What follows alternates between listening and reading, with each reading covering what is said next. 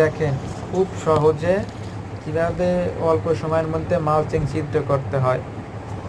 আপনারা জানেন যে মালচিং ছিদ্র করতে অনেকটা সময় টাইম লাগে। আপনারা যদি এই পদ্ধতিতে মালচিং ছিদ্র করেন তাহলে খুব সহজেই মালচিং ছিদ্র করতে পারবেন। দেখেন কত দ্রুত কাজগুলো আগাচ্ছে, শুধু একবার করে টাচ করতে হচ্ছে আর মালচিংগুলো ছিদ্র হচ্ছে। এখানে তেমন খরচ নাই, এখানে শুধু কিছু কাঠের টুকরো অথবা শুকনো বাঁশের টুকরো দিলেই হয়ে যাবে। দেখেন কত সহজ পদ্ধতিতে মালচিং ছিদ্র করা হচ্ছে। তো ভিডিওটি কেমন লাগলো কমেন্টে জানাবেন।